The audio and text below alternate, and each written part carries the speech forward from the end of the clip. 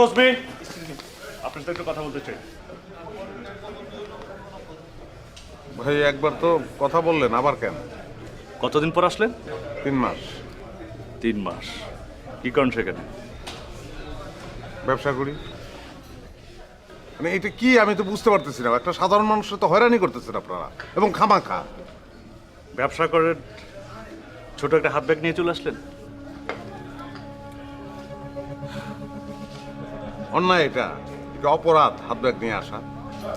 আপনার হাতে পানি কেন? মানে আমার হাতে পানি কেন সেটার জবাব দিতে হবে? না মানে মনে হচ্ছে যে পানিটা প্লেনে আপনাকে দিয়েছিল, তা আপনি খাননি কেন? পানি আমার যখন পিপাসা লাগবে তখন আমি খাবো। এটা কি আপনাদের অনুমতি নিয়ে পানি খেতে হবে নাকি ভাই? আপনাকে যা জিজ্ঞেস করছি সেটার উত্তর দিন। আপনি প্লেনে আপনাকে পানিটা দিয়েছিল কিন্তু সেটা আপনি খাননি কেন? আমি বাইরে গিয়ে খাবো।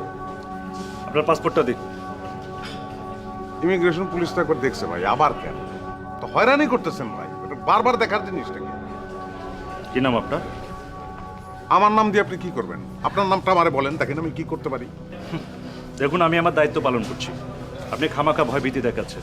আর কারো ভয়ভীতিতে আমরা আমাদের দায়িত্ব অবহেলা করি না, ঠিক আছে? পাসপোর্টটা দিন।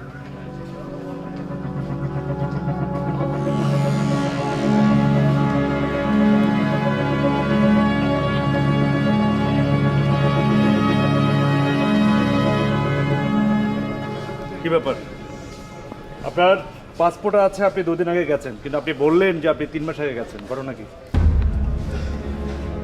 2 দিন আগে আমি গেছি, কিন্তু 3 মাস আগেও তো একবার গেছিলাম। চলুন আমার সঙ্গে। আরে ভাই কেন আপনার সঙ্গে যাবো? আমি কারণটা কি আমি বুঝতে পারতেছি না। হয়রানি করতেছেন তো আমারে। স্যার আপনার সঙ্গে কথা বলবেন। আরে ভাই আমার তো কথা বলার দরকার নেই। আপনারা কি শুরু করছেন?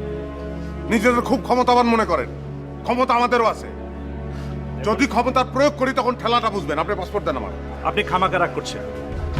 আমাদের কাছে ইনফরমেশন ছিল, তাই আমরা করা চেক করলাম। যা বলার স্যারকে বলুন। চলুন। মগের মূল্য কে এসব? এই চলুন। চলুন।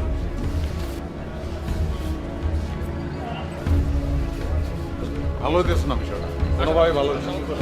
জোর দাও। আপনি কথা কম বলুন।